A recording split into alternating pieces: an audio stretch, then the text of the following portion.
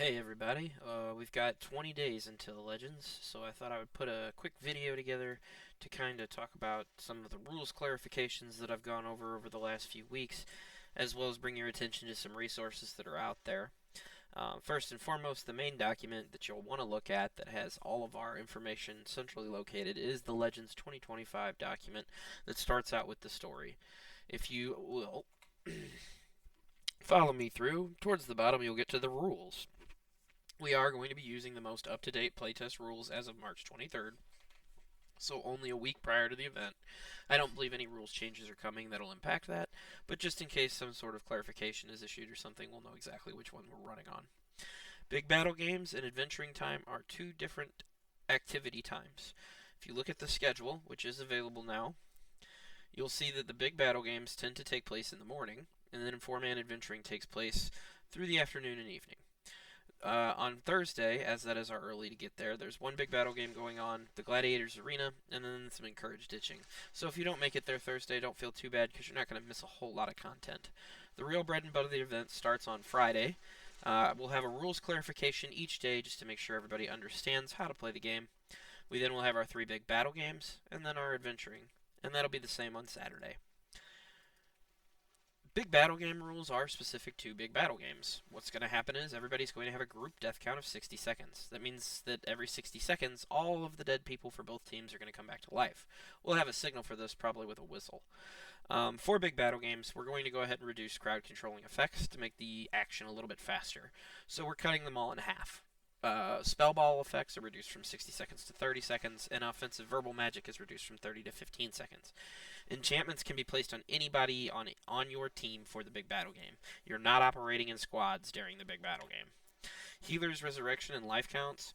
Living players won't be allowed in the spawn area. You'll only respawn if you are in the spawn area when the timer expires, the 60-second count. If you're not inside of it, then you're unaffected. Otherwise, you'll come back with everyone else. We're counting people as they enter the spawn zone. Since we're counting deaths when people enter the spawn, use of Summon Dead to pull someone from the spawn zone and resurrect them will not actually save you a life. Only those in the spawn zone will come back when the timer expires. If you're still walking and you haven't made it across that line yet, you'll have to wait the full minute until the next spawn time occurs.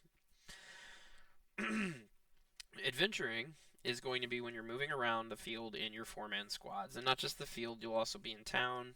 There's a few different things that can be going on at one time. When you're adventuring, you can spawn after a 300 count, so 5 minutes, as long as you're within 10 feet of a living teammate. That way you don't have to necessarily walk to a spawn point if your group's kind of in the middle of doing something. If you're in town, you spawn instantly. There's no count. If your entire squad is killed, we want you to move to town or the nearest field spawn point.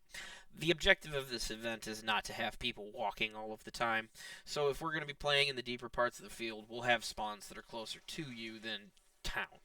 When you do have your squad wiped, part of the reason that we're coming to have you report it to an operations team member is so that we can record it. It is not for points. This is informational only, so please don't feel discouraged when you do report it. Just let us know. One clarification, if you are wiped out, you can remain in place and wait for another team to come resurrect you, since those are permitted to be used on different squads. And then for Heart of the Swarm, if somebody's out in the field and they use Heart of the Swarm, anybody can spawn on you. It doesn't matter if they're in your squad as long as they're on your team.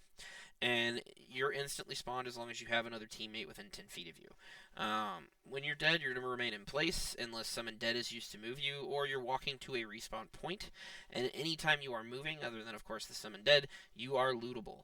If somebody goes to loot you, they'll basically say your name, say that they're looting you, and you're supposed to give them all of your lootable items, which includes coins, magic items, and quest items. The mechanic is not meant to be cumbersome or meant for you to slow someone down when they're looting you. It's to give them a few seconds to stand there and get those things from you. Please don't try to resist the spirit of the game. We will have non-combatants that are going to be on the field, I'm sure of it. When non-combatants are about, they're going to have pink sashes over their class sashes. During combat, the non-combatants are going to be asked to step aside, stay away. In order for you to loot a non-combative member, you have to kill the remainder of their squad who are combatants. If the entire squad is non-combatants, they cannot be looted, nor can they loot other people. An entirely non-combat squad is going to be moving around the field and avoiding combat the best that they can, and really sticking to trying to do the encounters in the role-playing. When it comes to role-playing, it is done at the discretion and comfort level of everybody who's involved. Please be mindful who you're role-playing with, as we will have younger people around. Give a fair warning as staff and anybody that are around you if you intend to be crude or gross, please. Showed the schedule already. The other part that is on this schedule, if you want to see, is some of you volunteered some of your time. I've slotted you in different activities. For the most part, a lot of you guys were only going to have running doing your thing for an hour. The 3 squads that are going to be 2 hours, Alton Sar, Vanguard of the Rising Iris, and Virtue,